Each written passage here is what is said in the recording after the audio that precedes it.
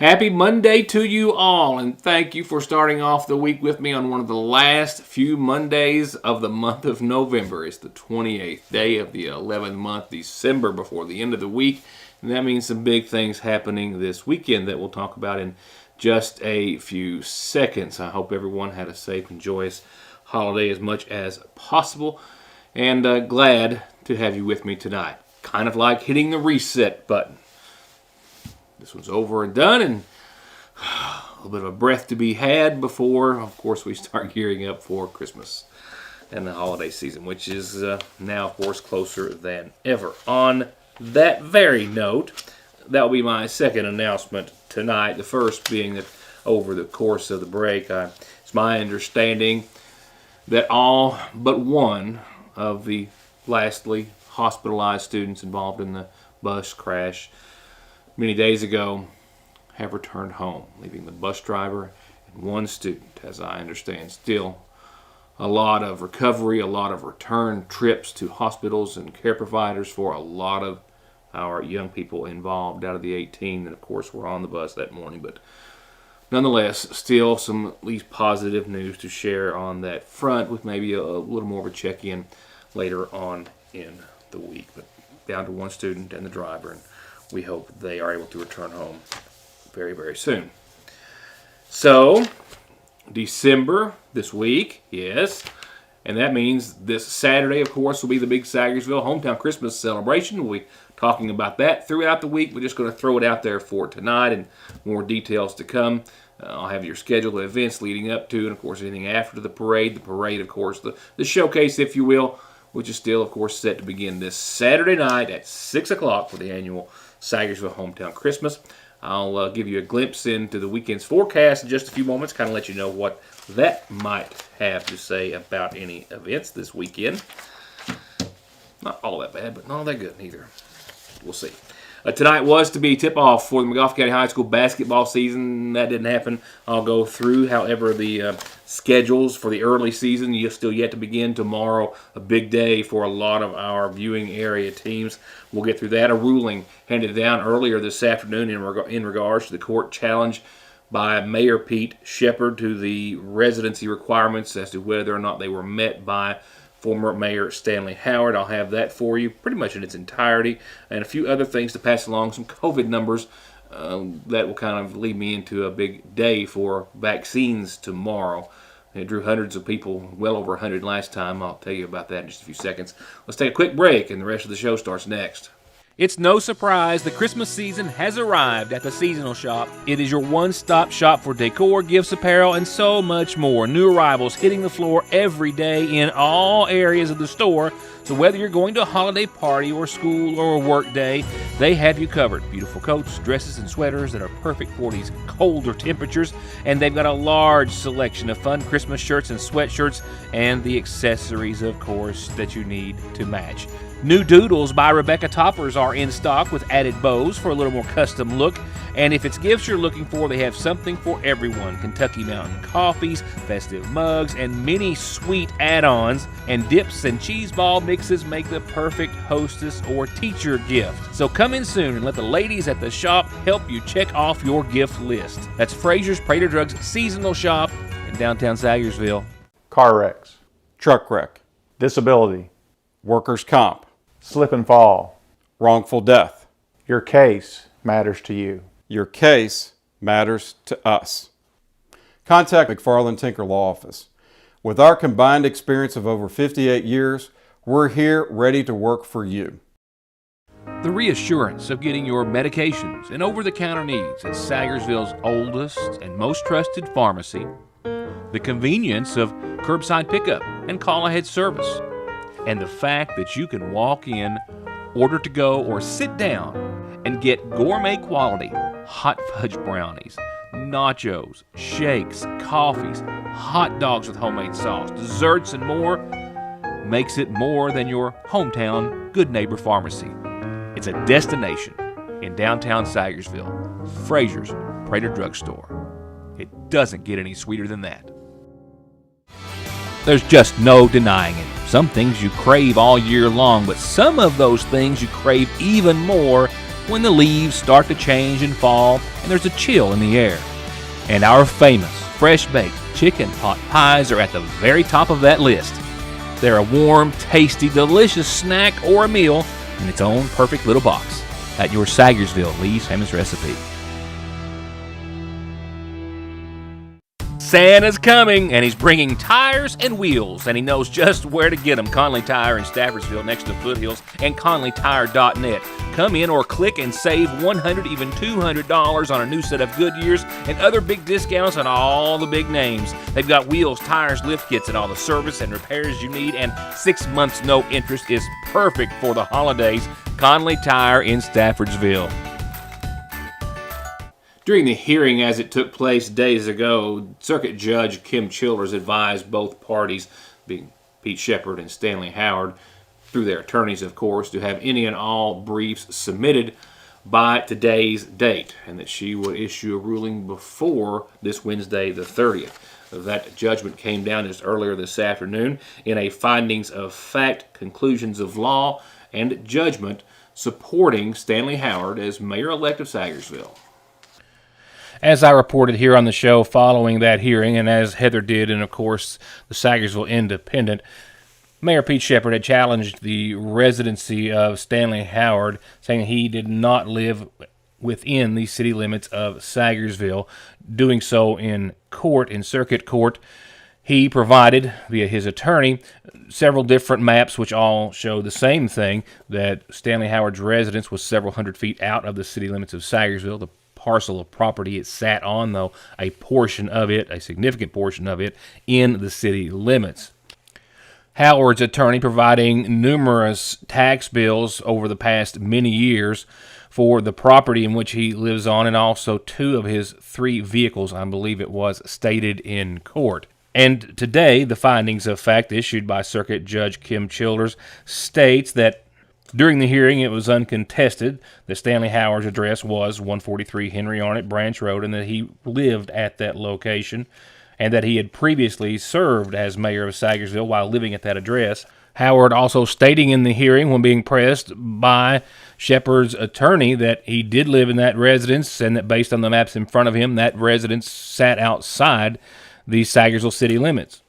Childers saying that the issue currently before the court is whether James Pete Shepard has proven that the respondent, Howard, lives outside of the city limits of Sagersville, as the petitioner bears the burden of proof in this action.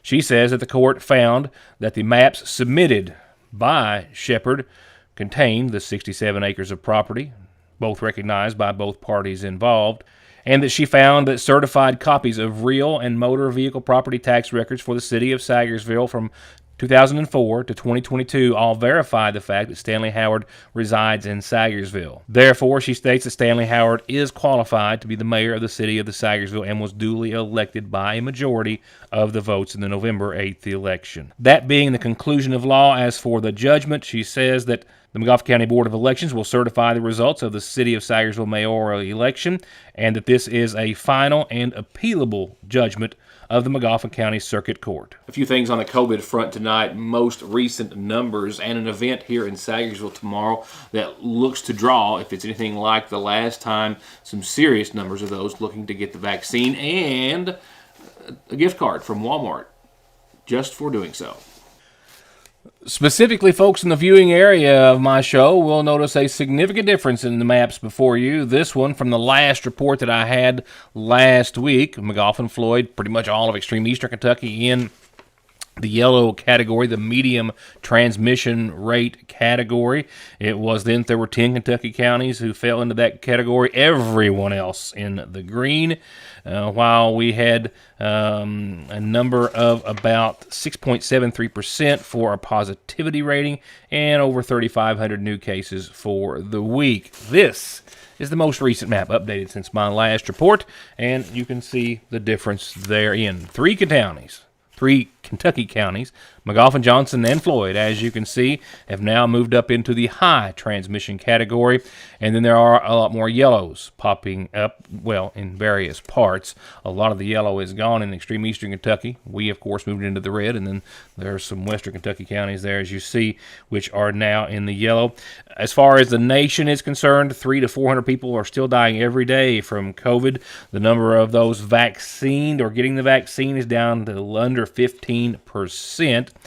Kentucky has seen around 3,550 cases, give or take just about a dozen or so. So the last 2 weeks, we have seen very consistent case numbers in the mid-3,000s for the state of Kentucky. And if that makes you wish to consider at least getting the new bivalent vaccine, you'll have an opportunity to tomorrow here at the Magoffin County Health Department, another Appalachian Community Health Days event. I ran this last time for them and advertised it just for a day or so, and they were swamped, and that's a good thing. They had well over 125 people come out. All of them got the new vaccine, and they all got a $25 Walmart gift card for doing so. And that next event is tomorrow, 9 in the morning till 2 at the Magoffin County Health Department. Free health screenings as well, and free COVID-19 vaccines and education, giveaways, door prizes. Like I said, a $25 Walmart gift card for everyone. Come one, come all. They're prepared to make sure everyone gets their vaccine and gets their gift. More news to come. A really neat story. I'm just going to kind of hit the high spots for you and refer you to it. Tell you where I found it about Fort Knox. I thought it was super interesting. Basketball schedules and weather forecast. Right now, a quick look at a quick Magoffin County Farm Bureau community calendar. I don't have it typed in yet, and I've got plenty of time. The Water into Wine Food Pantry says that their commodity dates have been set for the month of December, the 7th. And the 15th, I believe it is, for the regular commodity dates, and the 21st will be their senior date. I'll get that on and remind you starting in the next few days. The other thing I've got right now to tell you about is, of course, Saturday is a big day for all the Christmas events in Sayersville. Friday and Saturday, a big day, or 2 big days, the Magoffin County Extension Service for the big holiday bazaar and vendor fair. And their soup bean dinner is Friday, eating or carry out just $8. And they've still got room, I think, for vendors if you would like to give them a call, 349-3216. And that's the calendar. That's all I got for today. Except to say, if you have an announcement that you want in the program, birthday or anniversaries also included, send it to me, and I'll tell everyone else about it.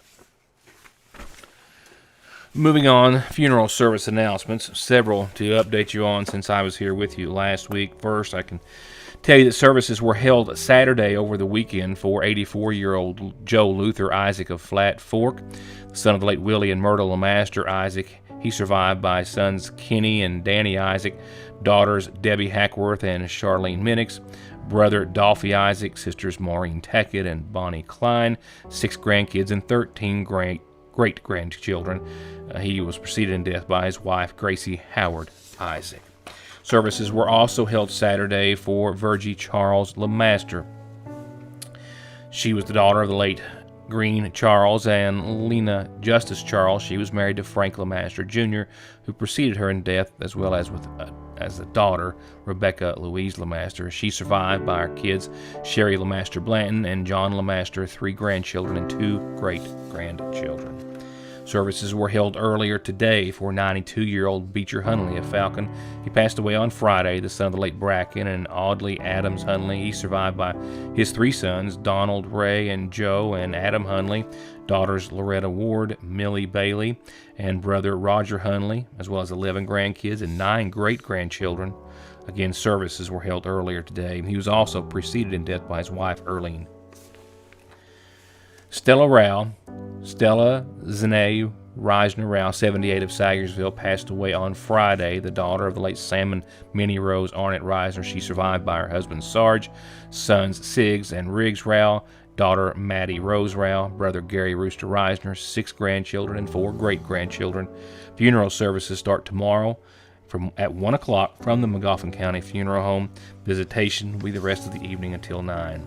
And services are being arranged right now and still incomplete for 51-year-old Sam Blanton of Sayersville, who passed away Saturday at her home. Those to be announced by the Magoffin County Funeral Home.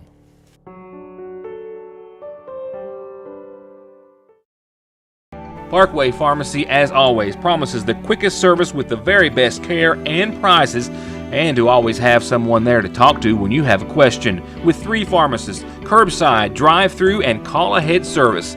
Parkway Pharmacy in Sagersville, 349-4400. Where you can always talk to a pharmacist when you need one. The Appalachian Wireless Holiday Sale is going on now. Appalachian Wireless has a holiday sale that will make everyone's holiday merry and bright. From now till the end of the year, visit us in store or reserve online for an unbelievable sale on all the hottest devices. Deals like the iPhone 14 for just $99.99 or the iPhone 12 for just 1 cent. We know what you want for the holidays because we are you. We are Appalachian Wireless. There where every day starts, it's made and it ends. From hitting the floor to hitting the road and back, your feet carry the day's duties. And if you're hurting from what might be a work or sports or stress-related fracture you don't even know about, diabetic, or that all too often heel pain that just won't go away, or any type of pain or discomfort or in need of wound care, come to where they care. Put your best foot forward and come visit our podiatry team. We care about our patients and their feet. That's Dr. Cheney and her team at Hope Family Podiatry Center next to Hope Family Pediatrics on the Mountain Parkway.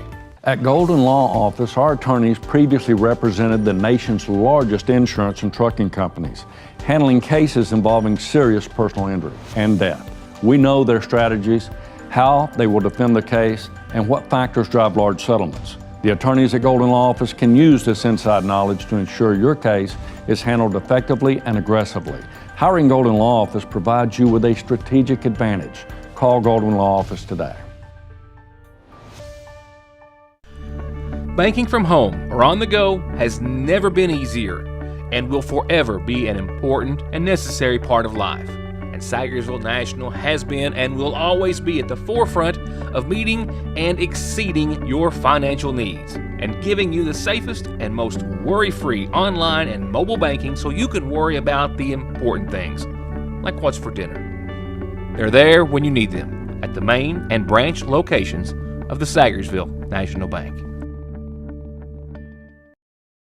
When it comes down to it, I mean, what do any of us really know about Fort Knox in Kentucky? We know it's full of gold. I mean, I've grown up knowing that. How much? What's it worth? How well is it protected? I've grown up not knowing that since a young boy. We've seen it depicted in a lot of things, everything from cartoons to major motion pictures as the subject of attempted robbery or burglary or what have you, none of which have ever actually been tried, and doubtful any that would be successful. I was just sitting down behind the desk a few moments ago and came across an article on MoneyWise. I cross-referenced just a couple of these facts real quickly just to make sure before I even passed it out there, but it made for a really neat read about Fort Knox. How much gold is in it, documented, and what's it worth in yesterday's and today's prices. Like I said, MoneyWise was the publication, but a lot of this information I found rather quickly, so it's out there, and I thought it was interesting, and I guess one of those things that you're supposed to know if you're from Kentucky, but maybe we don't. 147 million ounces of gold. Now, the government says it's worth $6.2 billion, but that's the amount they reportedly, as I understand, said on it back in the early 70s. So with what gold's worth today, it's closer to $275 billion in mostly big, hefty 27-pound bars. I don't know how many. Few things you can also read about. Hardly anyone ever gets inside. Our Treasury Secretary back in 2017 did with a small party. I think Mitch McConnell was accompanied in there as well. Only one president's ever got inside. That was Roosevelt, who commissioned the construction of it back in the 30s. He was there upon its completion. It was made of 4,200 cubic yards of concrete, 16,000 cubic feet of granite, 750 tons of reinforced steel, 670 tons of structural steel, all built in the 30s. The door to the vault weighs 20 tons. It's almost 2 feet thick. It's resistant to torches and drills, obviously, but explosives.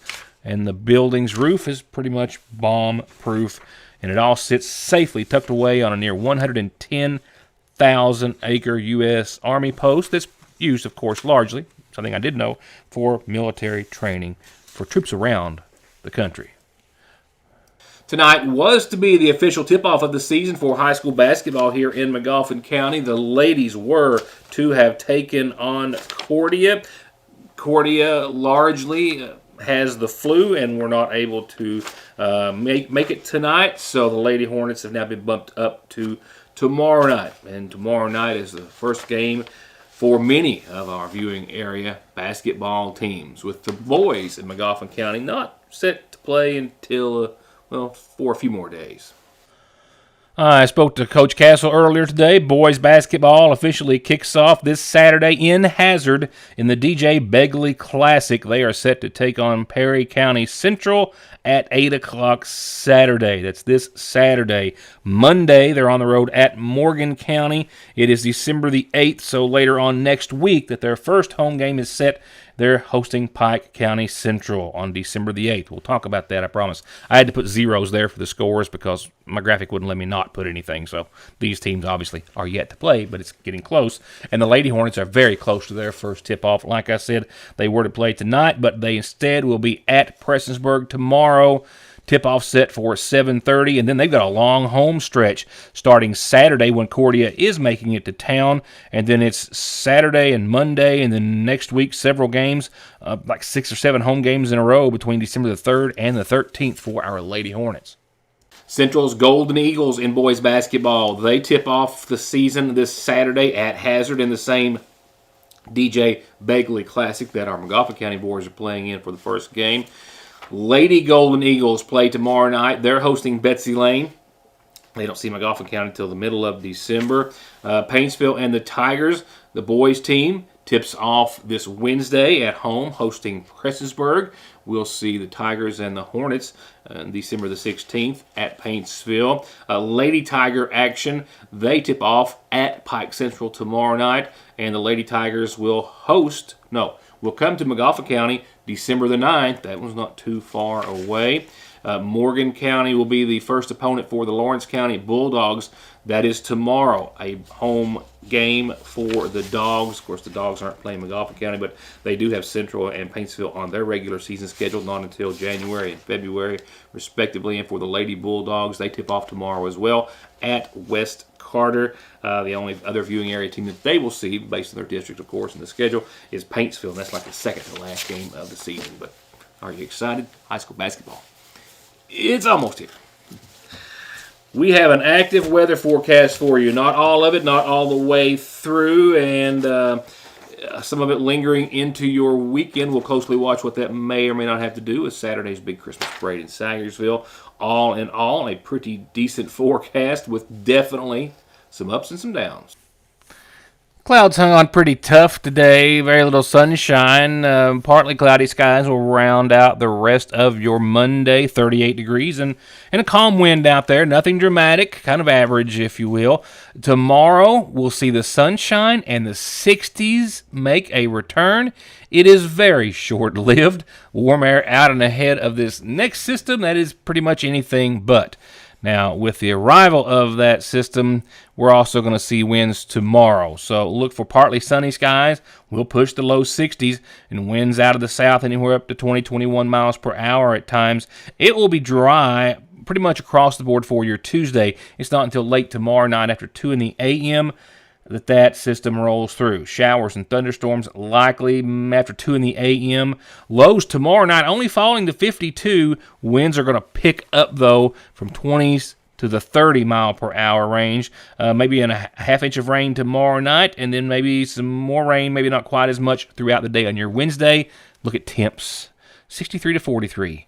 Tuesday to Wednesday. 25 for your low Wednesday night, winds up to 35 miles per hour, and an 80% chance of showers and storms that will be gone by Wednesday night.